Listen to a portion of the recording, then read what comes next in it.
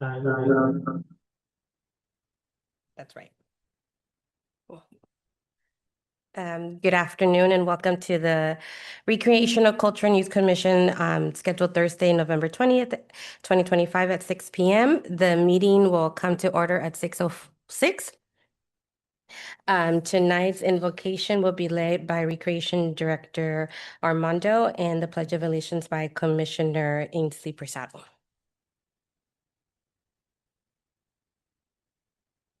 Lord, thank you for allowing everyone present to meet again to discuss every matter with open minds and enable us to unite our differences and uphold the rights of others.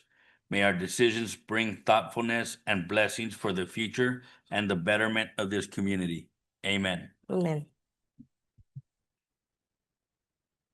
Please rise for the Pledge of Allegiance.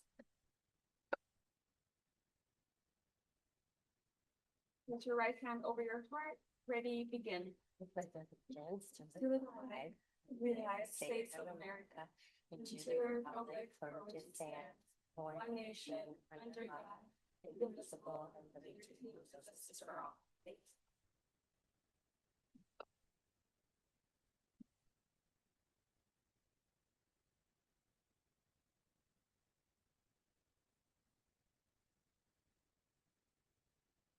Madam Secretary, can you take roll call?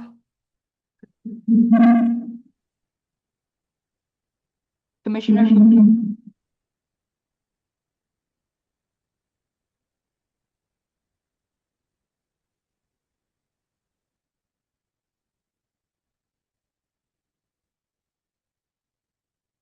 Commissioner Carla Acosta, Present. Commissioner Kaylin Cabrera, Present. Commissioner Ainsley Preciado, Present. and Commissioner Carmen Sandoval. Present. Moving on to the next item, do we have any public comments on non-item agendas? Oh, No, we do not have any. do we have any public comments on agenda items only? No, there are none. Moving along, we will need a motion for approval of the Recreation, Cultural and Youth Commission minutes for September 18, 2025. Can we get a motion? First, motion to approve the minutes. Thank you. Second? Can we get a second motion? Thank you. Can we get a vote? Commissioner Carla Acosta, Yes. Commissioner Kaylin Cabrera, Yes. Commissioner Ainsley Preciado, Yes. and Commissioner Carmen Sandoval. Yes. We will move on now to discussion items. Reorganization and selection of chairperson, vice chairperson. We'll pass it on to Armando.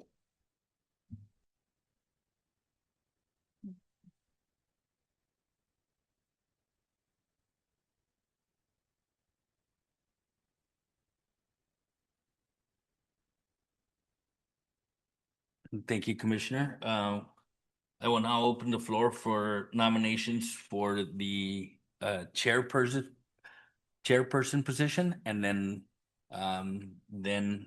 we will vote on the chairperson, and then once we have a chairperson, then we will take nominations for a vice chair. So, is there any of you that would like to nominate a colleague or nominate yourself for chairperson?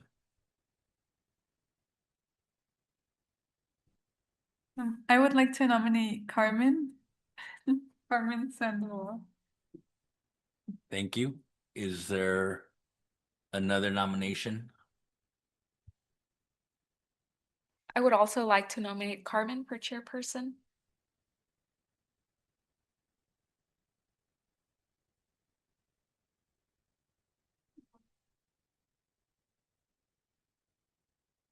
Thank you.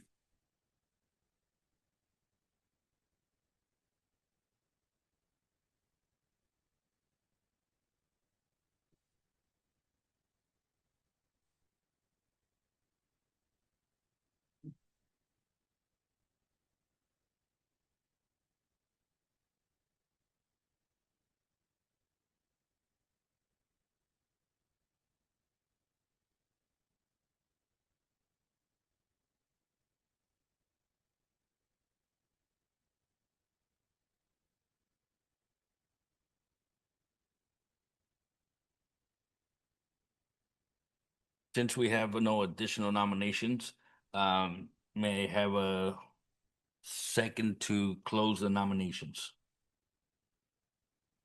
I'll second the motion to close nominations. Madam Secretary, can we please take a roll call of the commissioners for the vote for the chairperson? Commissioner Carla Acosta, Yes. Commissioner Kalen Cabrera, Present. Commissioner Ainsley Preciado, Yes. and Commissioner Carmen Sandoval. Yes.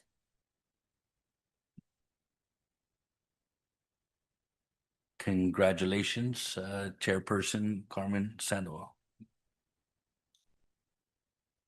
I will now open the floor for nominations for vice chair.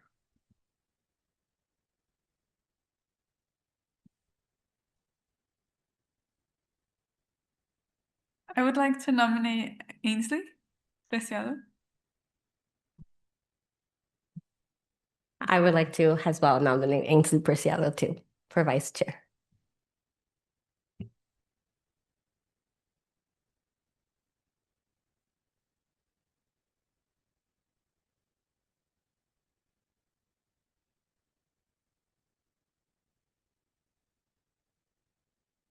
Since we have no other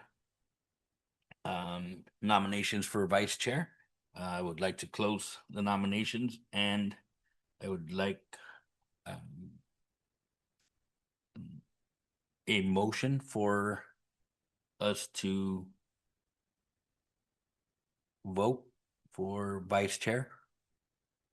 I would like to close the nomination for vice chair and open for voting.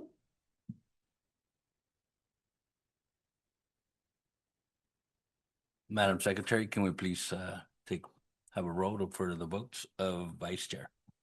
Commissioner Carla Acosta, Yes. Commissioner Kalen Cabrera, Yes. Commissioner Ainsley Preciado,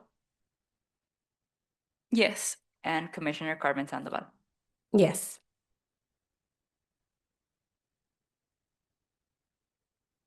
Congratulations, Vice Chairperson Preciado. We will move on. We will move on to. Hello, oh, sorry. We will move on to the next discussion item on the agenda, which is the Recreation and Community Services Department update.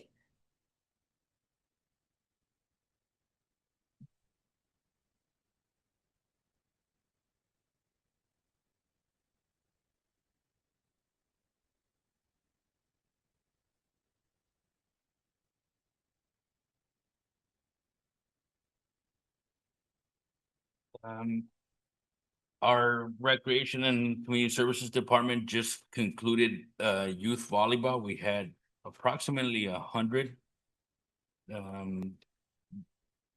youth participants from the ages of 8 to 14 play volleyball for the last 3 months.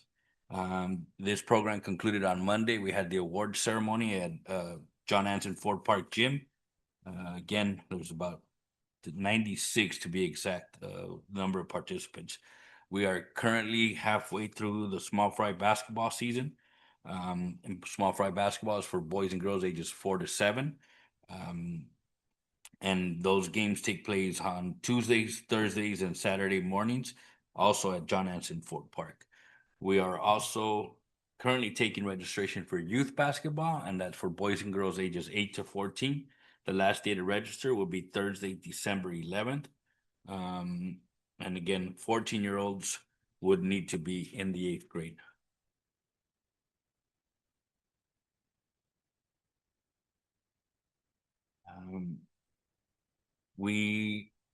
Our department had a turkey distribution that took place yesterday. I didn't get a chance to speak to my colleague, but believe everything went well. We did run out of turkeys.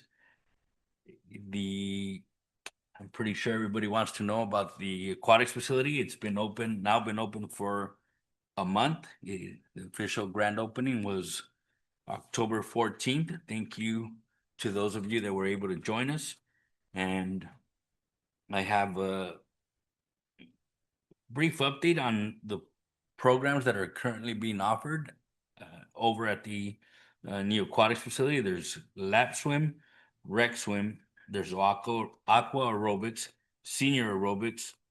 There is swim lessons and a competitive swim team, um, s- splash ball and slash water polo. There's drop-in water polo and winter's swimming lessons. The registration will take place January 10th at John Anson Fort Park, the new aquatics facility, from 8 a.m. to 12 p.m. These dates and times are being finalized. As soon as they are approved, I will email you all a copy of the aquatics page of our brochure, which will be mailed out in the first week of December.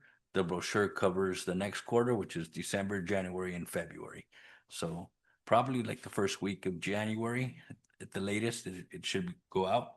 So I'll send that to you all via email. That way, if any residents have any questions for you, able to guide them or give them the information they need, or you can always refer them to our main office or over to the pool. That concludes our department update. We will open it up to any discussion. Does anyone have any questions or comments to the Recreation and Community Services Department update?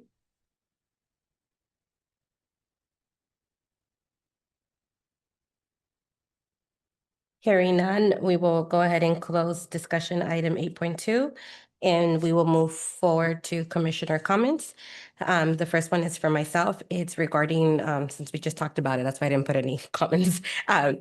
It's regarding the John Anson Fort Park Regional Aquatic Center registration. So I had the opportunity to visit the aquatic center twice the week of intense heat that we had right before we just ended up having the rain the next week after.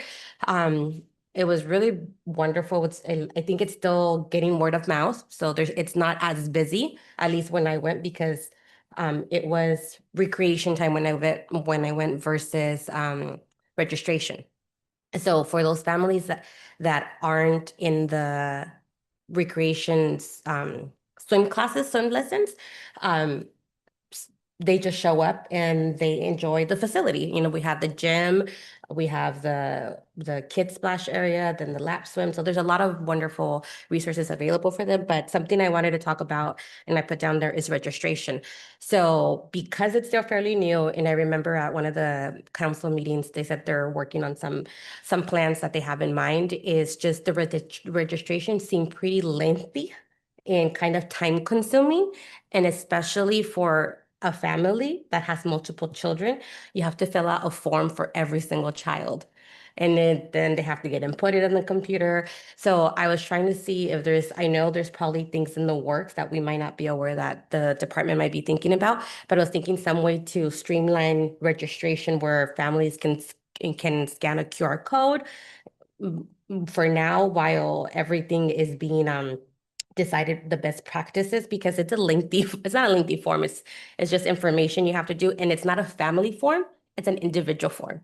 So if I go with my 3 kids, I got to do one for them, and then I got to do one for myself. So it'd be easier if we had a form that had like a family form that you can fill out. And then sometimes too, the grandmas are coming, so they don't know how to fill out the form, or so it just felt a little. I saw some challenges while I was there both times. But I was smart enough to take a form with me. So when I left, I brought it back. But luckily, once you fill it out the first time, you're in the system, so you don't have to redo it again. But I just think in general, it was just a little lengthy for that moment.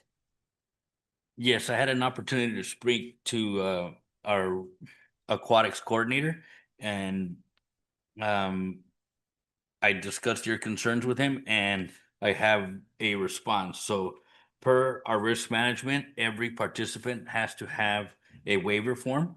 So as you mentioned, there's not a family form. There's got to be one for each one. between processing the forms and creating an account for ActiveNet. So if a patron is coming in to register and they're not in our system, then we have to create an account with them. And we're running into the fact that you have to have an email address, right? So some of our community members don't have an email address. So then we find ourselves having to help them create an email to be able to create an account so that then we can then register them. With all that being said, our office staff is trained to inform our community and apologize for the inconvenience of the wait, but we do explain to them the procedures and make them aware that this is a one-time requirement. So once they have an account, and let's say they register for a swim lesson entry level, then the next time they go to register, if they pass the entry level, then they'll be in level 1, or if they registered for level 2, then when they register, they'll just be in level 3, and it's a process that would be a lot easier. The good thing is, as you alluded to, it's not as busy now. So we can get all our residents in and create an account for them now before the springtime rolls around, then it's going to be a lot smoother and a lot faster. Another thing that was just approved is a punch card, which a punch card will do is obviously, if you can get a card for $100. So when you register, as opposed to having to process a payment every time, the punch card will have an amount, and then as you register for programs, you just simply punch that and we'll be done with that, as opposed to having to process a transaction every time, for those parents that are willing to do that. And all that will should help reduce the delays at the register. And I shared the programs that are being offered currently and will be offered in the upcoming winter months. So is there any other questions? No, that helps answer, obviously. I figured there would be some type of agreement that needed to be done. I think maybe as a heads up, or when they show up, or maybe online, don't forget pre-registration is required if you haven't visited our center or something like that, just so they're quite aware of it. But no, it's fine. And then another thing that I was there too, somebody paid with $50 for only $1, and then they had to give change, and their poor recreation leaders are trying to gather what they had just received. They're like, we don't even have change for 50. Probably cleared them out. They did. So, our wonderful members, bring your dollar, bring your quarters, they'll take it. But yeah, but it's a wonderful amenity to the city. And I just do hope that everyone does take advantage of it. Just because swim is offered in various times of the day, it doesn't mean that the pool is not open 24, or the center is not open 20, or not 24 hours, but it's not open all day, because the gym is open. So just take advantage of that opportunity as well. Does anybody else have any questions or comments? Okay, well then, hearing none, our next commissioners meeting, we would like to confirm that it is for December 18th, but want to confirm before we close.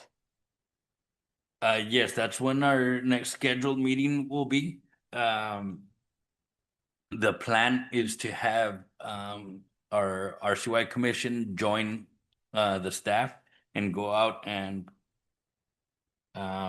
judge the home decorating contest. So we would arrange with you all to either meet here, or we can meet at Ford Park. We'll get in a city van and we will drive to all the residents that submitted an application, and we will judge by either themed, best overall, most original.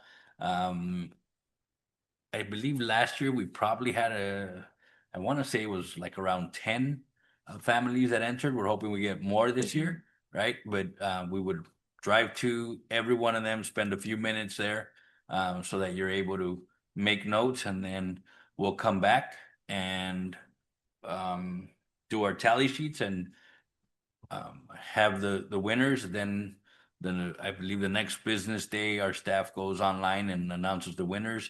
And then we ask the families that, I believe it's the first council meeting in January, where they come and they receive their award.